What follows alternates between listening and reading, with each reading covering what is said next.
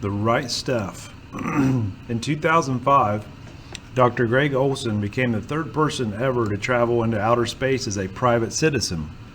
Unlike NASA astronauts who earn a generous salary, he bought his own ticket into space. He paid about $20 million for the trip, a 10-day orbit around the Expedition 11 Russian Soyuz rocket, which docked at the International Space Station. He also took responsibility for his own training. The space flight was the achievement of a lifetime for the New Jersey entrepreneur and college physics professor. Olson's fascination with outer space and astronomy began when he was still a boy. He was born in 1945, years before space travel was close to becoming a reality. In fact, space exploration did not really heat up until the post-World War II rivalry known as the Cold War between Russia and the U.S. Both countries fought to win the race to space. The race to space. In 1957, the Soviet Union took the lead when it sent Sputnik, the world's first artificial satellite, into space.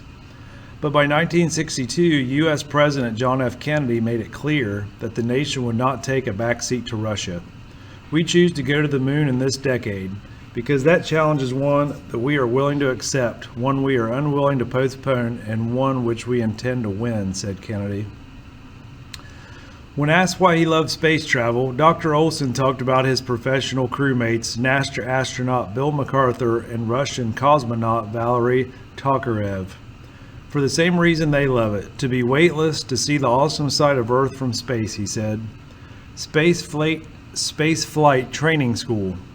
Going to space school for the Expedition 11 spaceflight was also like being a college student again, said Dr. Olson. That is, except for some of the training, which involves zero-gravity flights and spins around in a centrifuge of up to 8 G's acceleration, which is 8 times Earth's gravitational pull. However, most of Dr. Olson's training was spent in classrooms and in-flight simulators. He was expected to know his way around the Soyuz vehicle, the space station, and to help with day-to-day routines. Yet neither NASA nor the Russians assigned him to any heavy-duty responsibilities during the space flight. According to Olson, the most physically challenging part of the training was the water landing exercise to practice splashdown. This is a demanding and dangerous method of landing a spacecraft by parachute into a body of water. To prepare for the grueling task, Olson and his crewmates wore wetsuits and other protective survival gear. During just 2 hours of practice, he sweated off more than 3 pounds from his 170-pound frame. Learning Russian. Despite demanding tests of endurance, Olson described the physical training as the easiest part of the preparation for the experience. He said that for him, the hardest part was trying to learn Russian. I love Russians and the Russian culture, but I've never been good at languages since I was a young person. Dr. Olson learned Russian well enough to succeed in bonding well with his Russian crewmate and training personnel. I'm just in awe of them, he said. When I watched them operate the Soyuz spacecraft in the simulators, they seemed to know every nut and bolt on the vehicle. I just tried to soak up the knowledge. Overcoming fear was no problem for Dr. Olson. He was very, very confident about space travel aboard the Russian Soyuz vehicle. It has a great safety record, and I have no qualms about doing this whatsoever. The main goal of the Soyuz mission was to switch crews and to replace emergency capsules that must always be attached to the space station in case of an emergency escape. A smooth launch. Olson's launch from the Cosmodrome, a space launch facility in Kazakhstan, went smoothly. He reported that one of the most unforgettable highlights of his 10-day trip was the liftoff experience during takeoff. He was also awed by the sight of Earth passing by in the rocket's window and the memorable feeling of floating around the space station. Radio broadcast from space. A licensed ham radio operator, Dr. Olson spoke to New Jersey students from space via a ham radio. In the first of 3 broadcasts from the International Space Station, Olson said, "Welcome to space. It's really nice here. It's nice and roomy. In some ways, it's like camping out because we have no running water, no sinks, and we have to fend for ourselves for food," said Dr. Olson. He reported that the professional astronauts had made him feel welcome aboard the space station. Olson expressed appreciation to many of his teachers, colleagues, and family in his space broadcast.